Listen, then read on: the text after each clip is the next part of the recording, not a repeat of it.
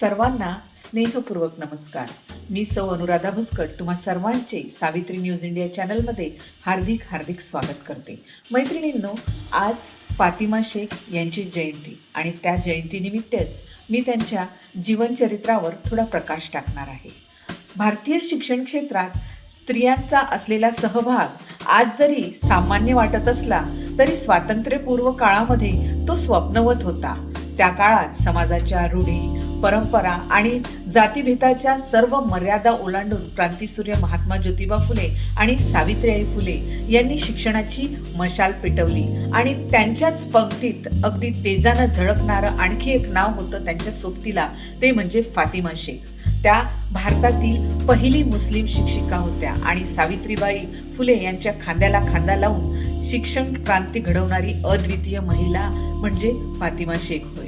बालवयातच फातिमा शेख यांच्या डोक्यावरचं आई वडिलांचं छत्र हरवलं. अशा वेळी फातिमा शेख यांचं पालन पोषण त्यांचे भाऊ उस्मान शेख यांनी केलं. फातिमा शेख यांचे बंधू उस्मान शेख हे त्या काळातील सामाजिक जाणीव असलेले प्रगत विचारांचे व्यक्तिमत्व होते. त्यांचेही शैक्षणिक इतिहासातील योगदान अतिशय महत्त्वपूर्ण आहे. शिक्षण आणि ज्ञान याबाबतचं बाळकडू फातिमा शेख यांना घरातूनच मिळालं. त्या काळी एका मुस्लिम स्त्रीने औपचारिक शिक्षण घेणं हेच खूप मोठं धाडस होतं.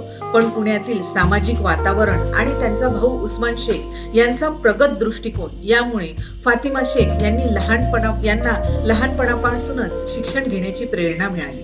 अमेरिकन मिशनरी सिंथिया फरारकडून चालवल्या जाणाऱ्या अहमदनगर येथील शिक्षक प्रशिक्षण केंद्रामध्ये मिशनरी संस्थेतून फातिमा शेख यांनी शिक्षिकेचं प्रशिक्षण घेतलं आणि तिथेच त्यांची भेट सावित्रीबाई फुले यांच्याशी झाली आणि त्यांचं हे शिक्षणच त्यांच्या पुढच्या कार्याचं मूळ ठरलं. 1848 साली पुण्यात महात्मा ज्योतिराव फुले आणि सावित्रीबाई फुले यांनी सुरू केलेल्या पहिल्या मुलींच्या शाळेत फातिमा शेख या सहशिक्षिका म्हणून सहभागी झाल्या. त्या काळात हे एक अत्यंत क्रांतिकारी पाऊल होतं. त्यांनी मुस्लिम मुली आणि दलित समाजातील मुलींसाठी स्वतंत्र शिक्षण वर्ग सुरू केले. फातिमा शेख यांनी सावित्रीबाई फुले यांच्या बरोबर घरोघरी जाऊन पालकांना समजावणं, मुलींना शाळेत आणणं याचं काम सातत्याने केलं. त्यासाठी त्यांनी समाजाचा विरोधही सहन केला. तसेच त्यांना समाजाकडून उपहास, धमक्या आणि बहिष्काराचाही सामना करावा लागला. तरीही त्या डगमगल्या नाहीत. त्यांनी फक्त शिक्षण दिलं नाही तर त्या काळातील महिलांना आत्मविश्वास, विचारशक्ती आणि स्वाभिमानही दिला. त्यामुळे त्यांचं कार्य केवळ शिक्षणापुरतं मर्यादित न राहता स्त्री सशक्तीकरणाचं अधिष्ठान बनलं.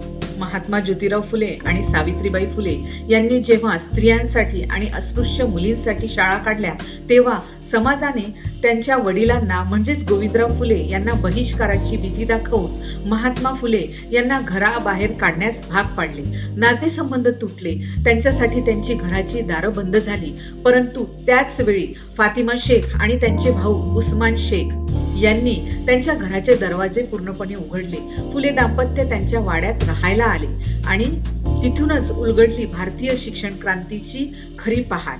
याच वाड्यात फातिमा शेख आणि सावित्रीबाई फुले यांनी एकत्र बसून शिक्षणाच्या योजना आणि मुलींना शिक्षणासाठी प्रोत्साहन देण्याचं कार्य सुरू केलं. हिंदू फुले दाम्पत्य आणि मुस्लिम शेख कुटुंब, दोन भिन्न भिन्न धर्म पण समान विचार. शिक्षणाचा दीप पेटवण्याची एकच जिद्द त्यांनी मनात होती आणि त्या क्षणाने दाखवून दिलं की माणसांना विभाजित करणारा धर्म नाही तर त्यांना जोडणारा धर्म म्हणजे माणुसकीचा धर्म होय. अशा या महान विभूतीचा मृत्यू केव्हा झाला याचा उल्लेख इतिहासातील कुठेही पानांमध्ये आढळत नाही. धर्म जात विसरून ज्ञान दिलं उजळून, धर्म जात विसरून ज्ञान दिलं उजळून, अंधार फोडला प्रकाश पसरवून. स्त्री शिक्षणाची वाट तिने दाखवली खरी, स्त्री शिक्षणाची वाट तिने दाखवली खरी. फातिमा शेख प्रेरणादायी दीप अमर झाली. फातिमा शेख प्रेरणादायी दीप अमर झाली. आज आपण शिक्षण, स्त्री सशक्तीकरण आणि समानतेबाबत अभिमानाने बोलतो, पण त्या विचारांची बीजे फातिमा शेख यांनी पेरली होती. त्यांचं आयुष्य म्हणजे एका स्त्रीच्या संघर्षातून उगवलेला प्रकाश, जो आजही प्रत्येक शिक्षिका, प्रत्येक विद्यार्थिनी आणि प्रत्येक समाजसेविकेसाठी प्रेरणेचं मूर्त रूप आहे. पुनश्च एकदा फातिमा शेख यांना विनम्र अभिवादन. धन्यवाद.